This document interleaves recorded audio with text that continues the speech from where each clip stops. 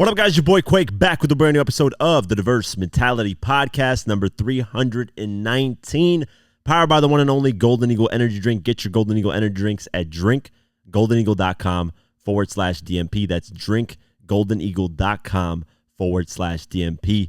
They sponsored all season 4 of the podcast, so show them love for showing us love. And I want to talk about why the last episode took a 1 day delay, basically. I was trying to, break down that Diddy whole indictment and lockup thing. So that took a little minute before I ended up recording like 2 hours worth of footage, and I trimmed it down to like 40 minutes because a lot of the extra footage I felt like was over the top, not really needed. It was kind of repeated in a lot of the stuff that we've already covered on the podcast and stuff like that. So I was like, yeah, let me just trim this thing down and get it to a point where it's, consumable and not super long. So I hope you guys enjoyed that. And there's obviously, in this episode, there's going to be a lot of talk about, just lawsuits in general, people accusing people of things. I want to talk about something else, though, for a brief moment in the hip-hop community of the YouTube world, right? What's the Dirt? Shout out to him. Great content creator. He dropped the Drake Family Matters breakdown video and ended up receiving some backlash for some things that he said in the video. He counted how many times Drake said the N-word and did a theory that, maybe Drake was playing, on this and, rebutted Kendrick Lamar, blah, blah, blah, blah, blah, right? He got some flack for that. And then the company man, shout out to Justin Hunt, who's somebody that I've watched way before I started making like YouTube content. I mean, I was always in the hip hop world. I had my own hip hop website back in 2008. From there, and I was in 2008, I was only, how old was I in 2008? I was only like 13 years old in 2008. So I started very young. I've been doing this hip hop thing for years. I'm talking like ages, whether people recognize it or not, or want to give me credit on anything or not, doesn't matter. I know how long I've been pushing this thing, but regardless, Justin Hunt is somebody that I've been watching for a long time. Even when I was in high school, I was watching his stuff. He used to do breakdowns of Hip Hop DX, write articles, all that stuff. So he's a legend in the space. Justin Hunt, aka the company man, on his YouTube channel, he, just basically criticized What's the Dirt's Family Matters video, right? And I felt like the criticism was warranted. I felt like it was respectful. And then What's the Dirt decided to, go aggressive at him, because I think what was happening was so many people were attacking him and piling on that he had just decided, hey, I'm going to start punching back at people, and just picked on Justin Hunt to be the one to punch back on. And that was like the wrong thing to do. And I felt like, that was a little harsh the way he punched back at him. And then Justin Hunt responded in his own video, and then What's the Dirt apologized, and so on and so forth. I got dragged a little bit into this, not really like in terms of people mentioning me, but in terms of social media. I ended up shouting out What's the Dirt for, just for dropping the Drake Family Matters breakdown. I hadn't watched it when I shouted him out on Twitter. He responded and graciously said that, you're one of the people I used to watch growing up. You're the one that inspired me to start a channel. And, I got love from that. So I appreciate Matt for that from What's the Dirt. But because of that tweet, people were then attacking me, thinking I was on Matt's side in terms of attacking the company man, a.k.a. Justin Hunt. I wasn't. I didn't know anything about that. I wasn't in the weeds of that. I literally sent out a tweet right when, Matt dropped the Family Matters breakdown. I had nothing to do with that. So I know people are attacking me on Twitter and like tagging me and shit and saying, oh, you're a culture. Just a bunch of crazy shit. I have nothing to do with that. I don't first off condone anybody disrespecting the OGs in the game, people that have been doing this before us, that have laid the groundwork. That's the number one rule. I never do that. I would never attack Elliott Wilson, Justin Hunt, whoever, Angie Martinez, whoever you want to throw, Funkmaster Flex, who even did interviews. I know he's not really a journalist like that, but anybody that you want to throw in the mix, right, that have been here before us, I would never, attack, right? Now, I do. The only person I've kind of like trolled and attacked is Academics, because I think his character when it comes to women is stupid. And then he also just looks at numbers. He thinks because he's richer than people and he makes more views than people that he's just all of a sudden better than everybody. I don't like that type of point of view. I don't like the way he treats women, the way he talks to women. He acts really tough. And that's a whole different thing. That's the only person that I look at. I'm like, he's corny. That's just my take on it. But other than that, I have no issues with any hip hop content creators. Never have. I don't really care, to be honest with you. I've been dragged in things, and I could give two fucks. I've been doing this for so long, since 13 years old, that I, for the most part, I'm not saying I'm perfect, but for the most part, I just let things roll off my shoulders. I don't really care at the end of the day, man. It's really not that serious. Me, if I were to drop the Family Matters breakdown and I got a bunch of flack for it, right, on the other side, let's say Kendrick Lamar's side, fans, whatever, I would have just got off the internet for like a week or 2 weeks and then came back and been like, yo, what's up, guys? And whatever. If people kept attacking me, then stay another 2 weeks off. I don't know. I usually don't give a shit. Like I remember when the number one video that I got attacked for the most. Well, here's actually the first interesting thing. When I first started like doing YouTube videos in terms of me being like talking in the videos, I used to have YouTube channels regardless. Like I always had YouTube to promote my hip hop website. But in terms of me like talking in the videos was in 2017, right? So I started the Diverse Mentality channel in April of 2017. And the most viral video immediately that kick jumped my career in this YouTube hip hop content creation was Jay-Z's 444 lyric breakdown. It blew up when 444 came out. I did a lyric breakdown on that way before, lots of other content creators were doing lyric breakdown stuff besides Justin Hunt and a few others. But I did that, and I said the N-word on there. I actually said the N-word full. You can go to the video. It's still up. You can check it out. But I was quoting something. I didn't just say it just to say it. I was quoting something. But I'm saying that to say, when I said that, I got a bunch of backlash from people. And people didn't even know if I was black or white or anything at the time. And I got a bunch of backlash. And I was like, you know what? I'm just going to refrain from saying it completely because it just doesn't, there's nothing that, it doesn't really serve a purpose. But I felt like if I'm quoting something, I can say it. But I was just like, you know what? Let me get out the way and just not say it at all. And I apologized to people in the comments. And I was like, I didn't, I was just quoting something. I didn't really mean it, like that. And people, kind of understood and just moved on from it.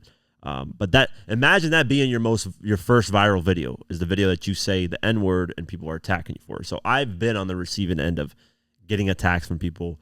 I remember the Eminem Machine Gun Kelly video. I said that, Machine Gun Kelly's Rap Devil is better. I got death threats, all kinds of shit. So I've been on the receiving end of things like that.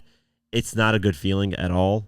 But the best thing that I do has always worked for me is just get off the internet, man. Stay off the internet. Don't respond to things. Let people attack you. Let them say whatever they want to say on the internet because you're not going to win on the internet. It just is what it is. That's the internet. They're going to have their own thoughts. That's the thing. There's going to be people that don't like you. There's people that love you. There's people that's in between. There's people that are looking for you to fuck up immediately. There's people that are looking to troll you. There's everything on the internet. So, in those type of situations, I would just stay off the internet. But hey, Matt from What's the Dirt apologized in his video, and I think maybe they'll reconcile behind the scenes. I hope they do. But that's my take on it. I know some of you asked me, and then also I've getting attacked a little bit on Twitter about my stance on what's going on. Listen, What's the Dirt does amazing content. His lyric breakdowns are top of the bar. Mine are good, but mine don't come close to what his is because he really, really takes his time. I mean, he'll reach for the stars, like he says. He'll reach for the stars. I personally don't think these artists are really that genius in it, but it's a fun thing to do, and Matt does that really well. If you want to deep dive into that, Matt's the person to do that, right? He does it really well. I personally just don't think these artists are really that deep, right? In my eyes, I don't think Kendrick Lamar had these double on quadruple whatever the fuck on tumble genres. Like there's no way, there's just no way. But that's just my take. That's why when I do my breakdowns, I don't really try to really reach too far. Like I'll say some things that are a little bit like, okay, maybe, but I don't really reach too far because I just don't think it's that deep or that serious with some of these tracks. But what Matt does is that's what he caters to, and he does a good job at it because some people really want to go that deep and that far and see, what this bar could potentially mean in a bunch of different ways, So, he fits that niche really well, and that's been his lane that I think he should just gravitate and just take over on everything, man. But yeah, he made a mistake. He's a new YouTuber. He's fairly new in this space when it comes to hip hop. He made a mistake. It happens. I think punching back on the internet just doesn't work, man. It's a process that's just going to dig you deeper into a hole that you don't want to, get in. But yeah, that's my take on it. I just got dragged a little bit in it on social media. People were attacking me. I got some death threats. Not even death threats, just people calling me, you're a pussy, this and that. And I didn't even do shit. All I did was just say shout out What's the Dirt, and this is before all this shit was happening. But regardless, I got respect for What's the Dirt. I got respect for Justin Hunt. Obviously, Justin Hunt is just one of the OGs in there, and I've always had respect for him. So shout out to both of them. Hope they can reconcile. But that's my kind of take on it in the hip hop community beef world, I guess. Let's get into the news. Young Thug's potential witness believes his testimony could cost him his life. So let's go over the article. Young Thug's YSL RICO trial has no end in sight. And in the latest update, a potential witness is arguing that he could die from illness if he takes the stand. In a video shared by Legal Affairs and Trials reporter Megan Kniff on Wednesday, September 18th, the attorney of a man set to testify spoke to Judge Paige Reese Whittaker about his client, noting that a stressful situation like speaking to the court could exacerbate his current illness past the point of no return. He also said his client gave a statement nearly a decade ago and could barely remember what he did a day prior, essentially saying that he's not reliable for testimony. He's in a situation where if he gets put under a stressful situation, he will have a crash. It will be a crisis situation, and he will be back in the hospital. He made a statement 10 years ago. He said, I don't remember what happened yesterday sometimes, so he's in a bad situation. Lead prosecutor Adrienne Love says she spoke with the witness's doctor, however, and while they confirmed he is sick, they said he's fit to take the stand. Judge Whittaker ultimately said the witness should testify and, to be safe, should have medical team on standby. Interesting.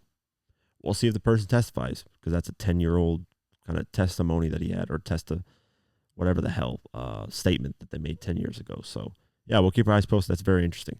Also, I forgot to mention, I am officially an uncle. So, round of applause to me, man. My brother and his wife gave birth. When was it, man? Thursday, Wednesday, somewhere around there. September 17th, I think, something like that. But yeah, gave birth to a healthy baby girl. So shout out to Vito, who used to be on this podcast as a co-host. Shout out to him. He is officially a father. I'm officially an uncle.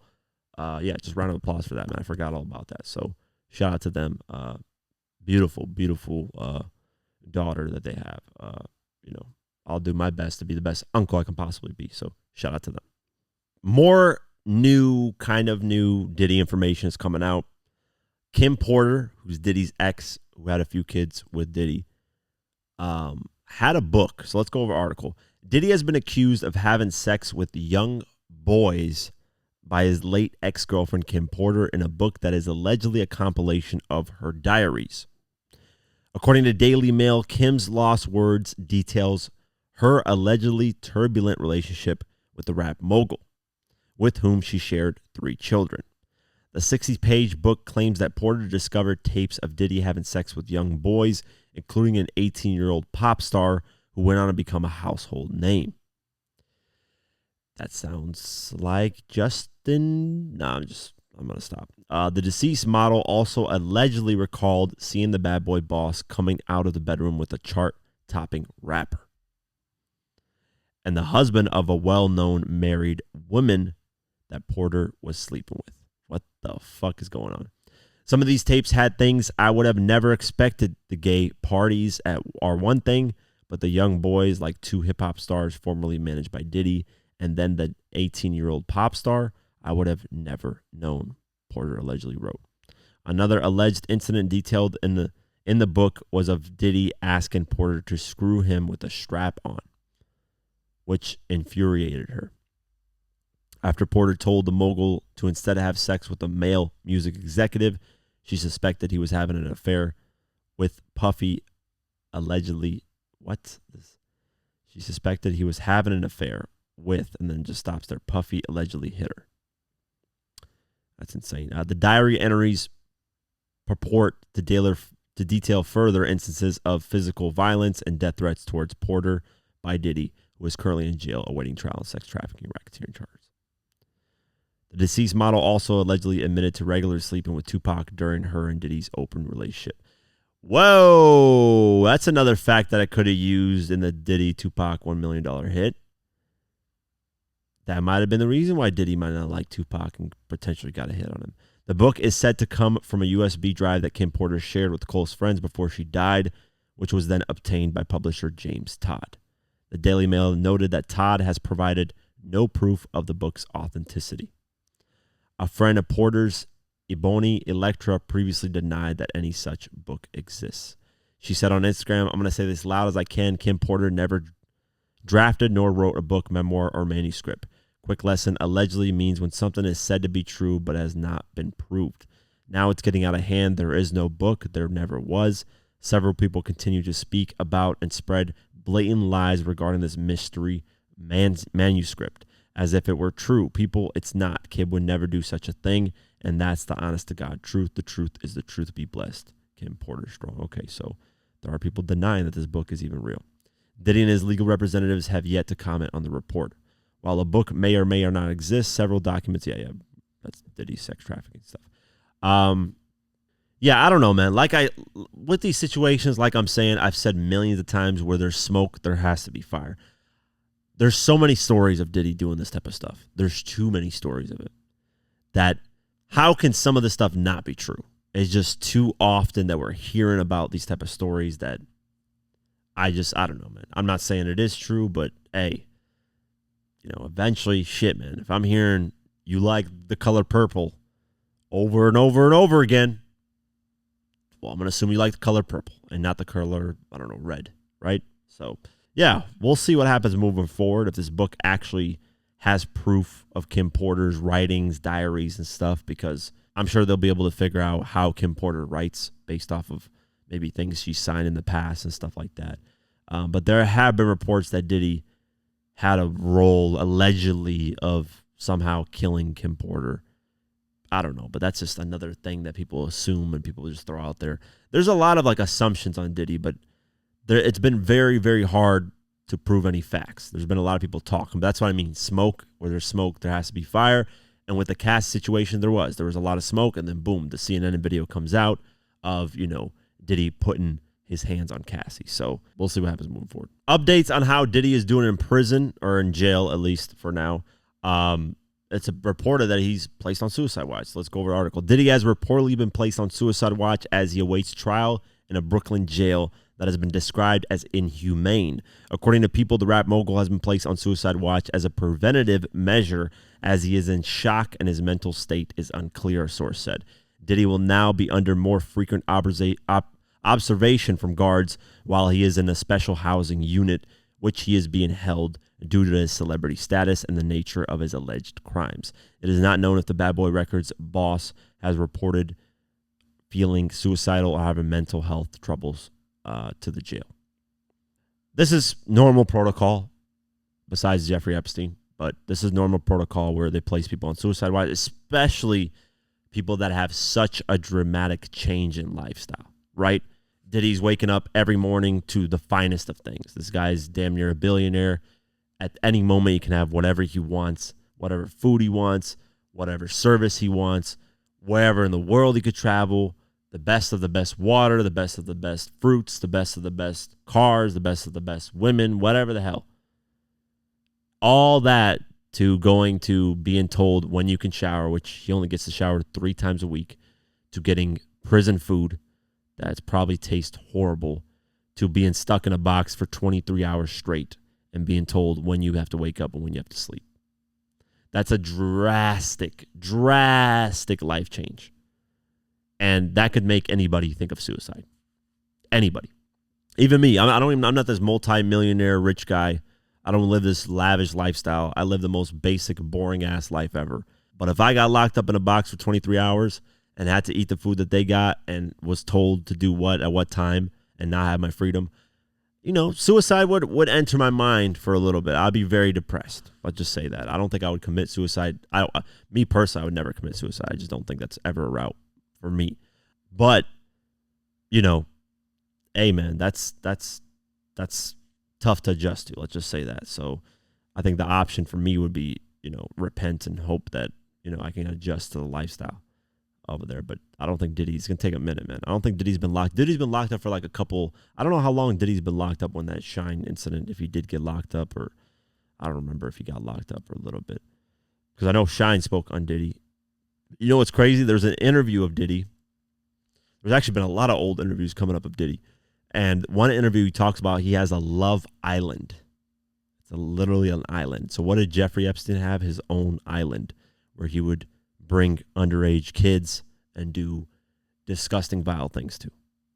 And then you got Kim Porter allegedly accusing him of being with kids, younger boys and stuff. And Diddy has his love island. So I can see where the comparison of Diddy and Jeffrey Epstein comes into play, because that's very weird. But all these old interviews are coming up. Like, well, he was on, I think, the talk show. I don't know if he was on Jimmy Kimmel or I think David Letterman, like a 2002 interview or something like that, 2001.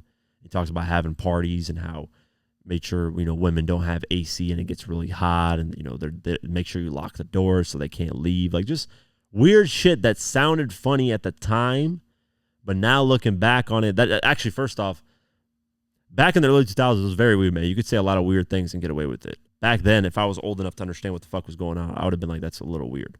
But yeah, a lot of these clips are coming up, and it's just making Diddy look even weirder. But yeah, we'll see. I think suicide watch is a normal protocol, especially somebody who's changed their lifestyle so much. So I don't think Diddy's going to commit suicide anytime soon, at least. I think Diddy's going to see how this thing plays out, and if he sees no way out other than throwing people under the bus or committing suicide, then that's a factor. But I think it's too early right now. It'd be dumb to commit suicide right now, especially if you don't know what the feds have as evidence. Only Diddy knows what he's done. Only Diddy knows if Diddy did it. Only Diddy knows if Diddy did it. That's a tongue twister. Only Diddy knows if Diddy did it. So, yeah, we'll keep our eyes posted and see what happens moving forward. Meek Mill has come to Puffy's defense, a.k.a. Diddy. And this is the weirdest bet to make. So let's go over the article. Meek Mill is willing to bet serious money, $1 million to be precise, that the allegations against Diddy aren't proven to be weird in court. The Philadelphia rapper has largely stayed silent on his friend and collaborators' sex trafficking and racketeering charges, but did appear to address some of the sordid claims about Bad Boy Boss on Thursday, September 19th. This is what he said.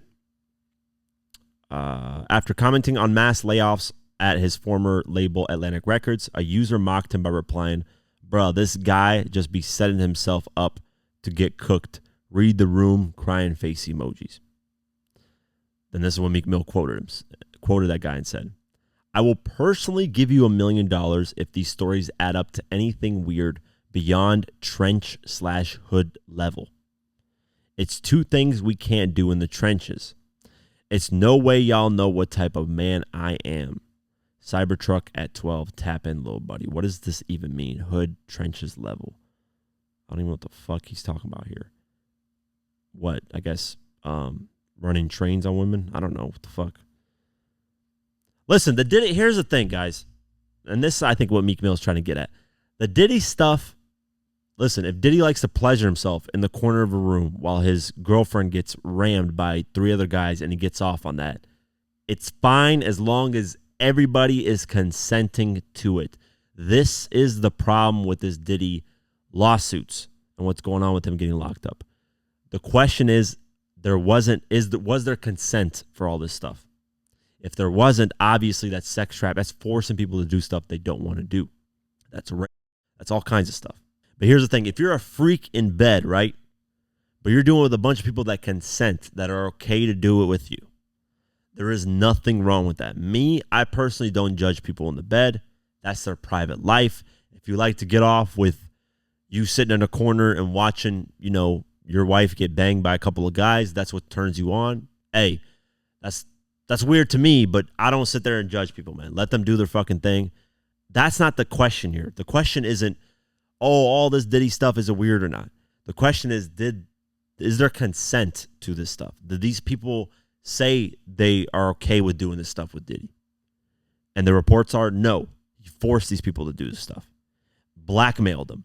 Recorded them and said, listen, if you tell anybody we did this stuff, I'm going to leak videos of you doing this stuff with people. Stuff like that. That's why Diddy is getting charged. Meek Mill is talking about, if he's just a freak, he's just a freak. And a lot of dumb people that are speaking. One person, Dr. Umar Johnson, who everybody, or some people at least, view as this highly intelligent fucking person. But he's speaking out of his ass. He's saying, he's getting locked up because he's a freak? Everybody's a freaking bet. No. Read the documents, guys. Like, what the fuck are these people talking about? And then this comedian, I think Faison Love or whatever his name is, he was like, he's getting locked up because he's a freak. No, he's getting locked up because he forced people to do things they don't want to do. That's what sex trafficking is. That's what is. Stuff like that. When you force people to do what they don't want to do and use what you recorded, that's not even consenting, by the way. Recording in private settings without consenting is another violation. And then using it as blackmail is another violation. So that's what this is about. This is not about how freaky Diddy is. If Diddy had freaky parties and we heard about him 20 years later, like right now, as long as everybody's consenting, hey, it is what it is, man. He likes to strap on a dildo and do whatever he wants to do with other people. I don't know. That's not for me to judge. What you're doing in your private bed is not for me to judge. Now, if you're doing it with underage people and you're doing it with people that don't consent, then there's an issue. And it's really that simple, guys. I don't understand where the confusion comes in a lot of this stuff. There really is no confusion. It's this or that. Either people consent or they don't. Either people are over the age and adults or they're under the age and children. It's that simple. There's no NF. Why would he bet $1 million? Meek, bet me $1 million because I need $1 million badly. I could use that for a lot of my documentaries I make. Give me $1 million and I bet you there's some freaky shit that comes out of this stuff. That's not consenting. But he won't bet that. I don't know what this bet is. I'll personally give you $1 million if these stories add up to anything weird beyond trench hood level. What does that even fucking mean, Meek? What does this mean, Meek? What would Meek do? I don't know.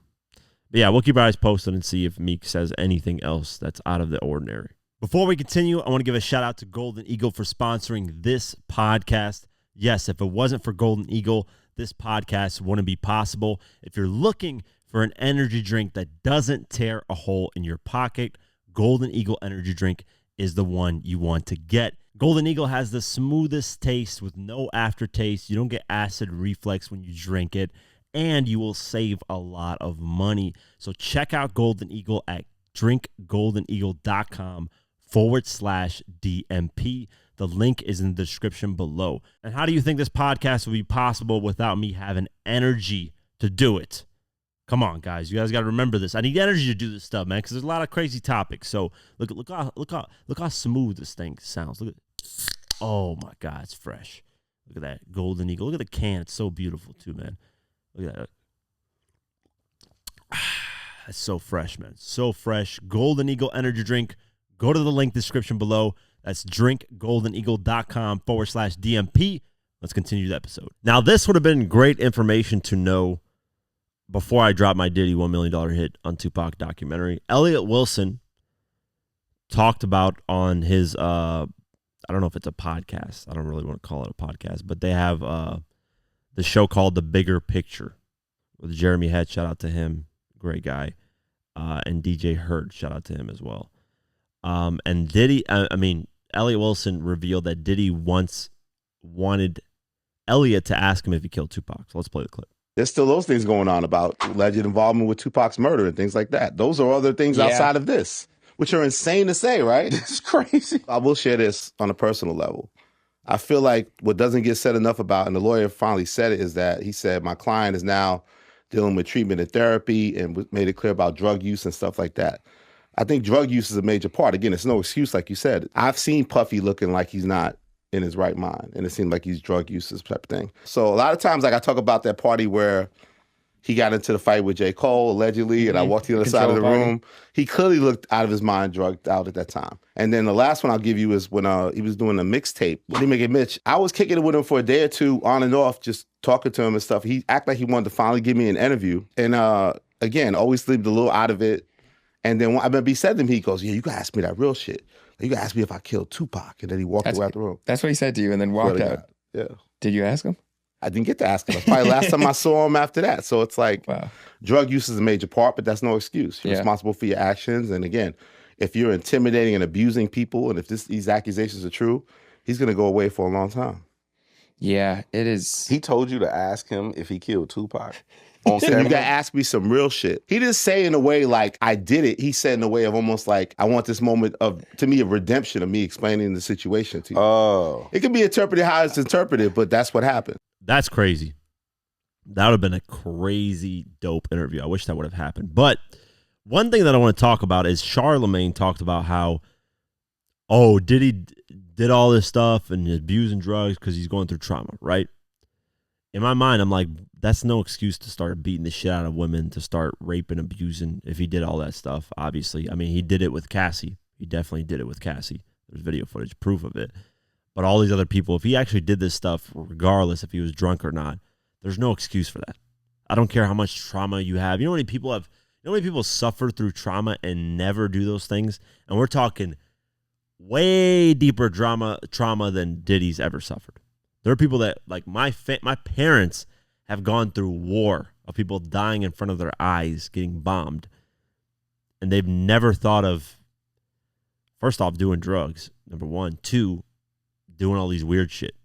That's no excuse at all. I don't give a fuck. You got to be responsible for your actions. And, Elliot said that in this clip, but I'm just talking Charlemagne. He's like, oh, it's trauma. This is why you went through this. It's trauma. Stop painting as that, guys.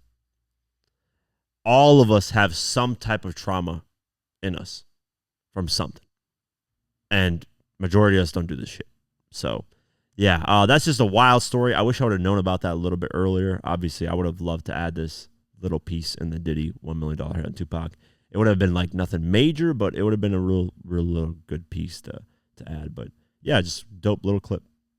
6ix9ine is being accused of physical and sexual abuse by his ex-girlfriend. So let's go over the article. 6ix9ine's ex-girlfriend, Yailin Lamas Baral, has filed a lawsuit against the rapper claiming he physically, sexually, and mentally and financially abused her and that he retaliated against her with revenge porn. According to documents obtained by TMZ on Friday, September 20th, Yailin, real name Georgina Lulu Guillermo Diaz, lobbed numerous allegations saying her ex manipulated and forced her into plastic surgery, stole thousands of dollars from her, extorted power over her, and kept her in a drugged up state throughout the relationship. She also said that when she broke up with him last month, which she says was because of his alleged theft and fraud, he posted sexually explicit videos and photos of her on X in revenge. Though she notes the posts have since been removed, she is seeking more than $1 million in damages for the emotional distress they caused and wants the court to block him from ever posting anything else about her. In a statement to TMZ, 6ix9ine denied the allegations. All that jewelry is mine. The car she's riding in, I bought. The penthouse shoe Sick got in Dominican Republic, I bought. I took care of her family, daughter. When I met her, she had a 2-month-old baby. I put Pampers and food on the table for them. Prior to the latest event, 6ix9ine had been on somewhat of a professional high as his confidence in himself skyrocketed after his performance packed in Romania over the summer. Interesting. Yeah, we'll keep our eyes posted. I know 6ix9ine is trying to make like a comeback with what he's doing. He's got like a new look and he dropped like a new Spanish record. But I don't know, man. This stuff is tricky when you're a celebrity. We don't know who to believe or what to believe. 6ix9ine saying, hey, I did all this stuff for her. I bought all this stuff, which is a lot more believable on 6ix9ine's side. I mean, 6ix9ine's side, 6ix9ine's side, but 6ix9ine's side of things because he is richer than that woman. I know for 1,000,000%. 6ix9ine is far from broke. Let's just say that. What you and me consider broke is different what they consider broke, right? What celebrities consider broke. To celebrity, if you make $1 million a year, you're broke. To us, that's a lot of fucking money. $1 million a year, regardless. You're in the top 1% of earners in the United States of America if you make $1 million. You're actually probably 0.5% of earners. I don't know. Somewhere around there. Regardless, we'll keep our eyes posted on this and see what happens moving forward. But, if he actually did that stuff, that's messed up, man. And if she's lying on him, that's also messed up. So we'll see what happens. More lawsuits and more implications. Rick Ross, a.k.a. William Roberts, the rapper Rick Ross, is facing some serious allegations from his ex-girlfriend, Tia Kemp. You won't believe what Tia told me. Oh, you won't believe this shit. Your fuck career is over, home. Anyways, who claims that he was involved in the murder of a woman and has been putting bounties on people's heads. What the fuck is going on? Kemp made the accusations in a video posted on Instagram in which she threatened to alert federal authorities about Rose's alleged criminal behavior and tear down his multi-million-dollar empire. So we finna clock this tea right here. So let's play the actual video because that's what she said. So we finna clock this tea right here. Renee says you want to stay keeping up shit. We finna talk about some real tea. Your brother over there paying people to put hits out. He over there paying people to put hits out. And niggas running off with his money and it's getting back to me. So now I'm finna send the feds over there to y'all motherfucking empire. See, you had the right bitch today, ho. You keep playing with me, I'm finna tear y'all motherfucking empire down. Next, we gonna talk about Miss Carol murder. Y'all know who Miss Carol is. You know that's behind your brother. I'm finna make sure her family sue y'all whole estate. Because that case is not closed. You know the lady that was killed leaving from my mama's house getting her hair done that time. And it's behind your brother and his drama. You know that. You know. About the man who was killed in front of Black House. Okay. Wow. That is serious allegations, man. I think these type of things is, Ross does have a right to actually sue her and, start putting really lawsuits on her that are going to ruin her life, because saying this type of stuff without really solid proof is very tricky, and I don't condone it at all. I don't want to hear about allegations. Provide proof. Don't talk about tea. None of that stuff. But we'll keep our eyes posted and see what happens moving forward, because that is a serious, serious allegation if Rick Ross is putting hits out on people. I don't know. But, this is Rick Ross's ex, so she is bitter about not getting child support anymore. She talked about that earlier. I'm not saying this is not words coming out of my mouth. This is her talking about, I think a year ago, she talked about how she, child support ended, and then all of a sudden she's doing a lot of talking. She's going on the internet and airing him out. So we'll see moving forward what happens. Another lawsuit. Nelly is getting sued by his own group that he helped try and put on, the St. Lunatics. Why? Let's go over the article. Nelly has been sued by his former group, the St. Lunatics, over what they claim is uncredited work on his Country Grammar album. That is his first album that went diamond in the United States. The group consisted of Ali Jones, Tori Harper, which is Murphy Lee, Robert Cajun, which is Cajun, and then Nelly's brother, Lavelle Webb, which is City Spud, filed a copyright infringement suit against Nelly on Wednesday, September 18th. The claim, which was made in New York federal court, asserts that the superstar didn't credit them for their work on his 2000 album. The claim revolves around their publishing and writing on the album. This isn't the first time the St. Lunatics have spoken out against Nelly's alleged regarding their artistic contributions to their work. In 2023, Ali vowed he'd never perform with Nelly ever again because of the money he owed the band. Ali Jones sat down with Vlad TV for an interview in August of that year and opened up about Nelly allegedly going for months at a time without paying him what he was owed. I'll say it could be $90,000 or $70,000 he estimated. When that conversation happens, I'll get a check. It'll be $13,000. Now you'll be fucked up because what is this $13,000 for? You owe me $91,000. He concluded, what did you pay me for? At the end of it, it's going to be $66,000 because he's far behind on payments. That's fucked up, man. That is genuinely fucked up. The St. Louis native blasts Nelly for the lack of communication on his end and then blamed an outsider for trying to divide Nelly from the group. Ali went on to declare that he's never going to reunite with Nelly or hit the stage to perform with them in the future. Yeah, man. A diamond album that went diamond in just America alone definitely made a shit ton of money. And for people to not be credited properly definitely is, imagine the amount of money you're fucking missing on. That's a lot of money, man. To get $90,000 or $70,000 years later. This album's been out for fucking 20 plus years, 25 years, 24, because it came out in 2000, I think, yeah. 24 years it's been out. And to still get $90,000 or $70,000 here and there is beautiful. Imagine you made something 24 years ago and you're still collecting money from it.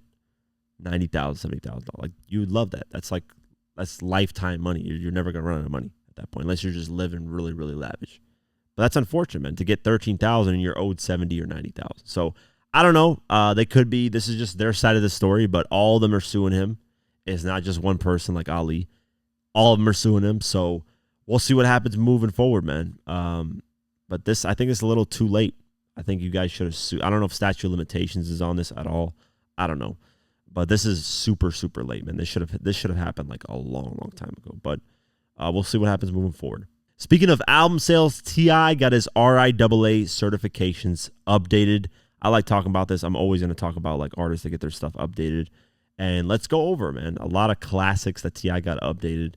And I always wonder why like certain artists get their stuff updated now, like at certain times or whatever. But let's go over them. There's been a lot of updates.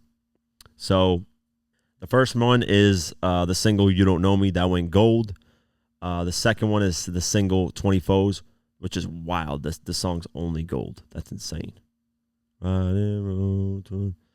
Top Back. I like my top. Live back. That went platinum. Top Back went platinum. Cool. Bring 'em Out. That just went double platinum. Dead and Gone with Justin Timberlake. That went 5 times platinum. That's beautiful. Paper Trail, the album, is 4 times platinum, so that's 4 million sold. Shout out to Paper Trail. I think it's his most commercially successful album. What you know about that? What you know about that? I know all about that. That went double platinum. That's pretty cool. You can have whatever you like. That went 8 times platinum. That's what I mean. Paper Trail is his most successful commercial album because listen to the next track. So Live Your Life. Hey, that's 7 times platinum. Then you got T.I.'s King album. That went double platinum. Got Your Back with Carrie Hilson. That went platinum. No Mercy, the album. That went platinum. I really like that album. Why You Wanna Go and Do That? Do That. That went gold. The album Urban Legend went 2 times platinum. T.I. ASAP, the song, went gold. T.I. Ball featuring Lil Wayne went platinum. And, whoa, this is crazy, though, right? This isn't about T.I., but Shabuzi, a bar song, Tipsy song, it is 5 times platinum already. Damn, that's insane, man. That shit about to go diamond pretty soon. That's crazy. 5 times platinum already. But, yeah, so congrats. Round of applause to T.I., man. Lots of great updates. I do think he's eventually going to be on the verge of, obviously, a diamond song. I did talk about, well, not on the podcast, but I did post on social media about Kendrick Lamar not having his RIAA certifications updated. He's eligible to have Humble be 15 times platinum, which means diamond. He's eligible to have like 3 other songs that are 9 times platinum. So he's like on the verge of having 4 diamond songs pretty soon. Like probably 2 years, he'll probably have 4 diamond songs, which is like, that's amazing. I think it's DNA. I know it's DNA and 2 other tracks. I don't remember. Not Like Us is eligible to be 5 times platinum. That shit came out in May, bro. So it's not even a long time. It's already 5 times platinum. Or eligible to be. So they haven't updated Kendrick Lamar's like officially, but this is what's eligible, meaning like, hey, they can do it. They really wanted to. So I don't know. That's a weird thing. I don't know how that shit works. Like I said, I don't know if labels submit or whatever they do, but last I read it was labels that submit. But yeah, round of applause to T.I. once again, man. Great list of accomplishments. Let's get into new music. Future dropped the mixtape, Pluto mixtape. I checked it out. I don't know. I'm gonna probably do a review on it. I still gotta sit with it a little bit longer, but I did check out most of it. I haven't listened to every single song. I think I got like 4, maybe 5 more tracks to listen to.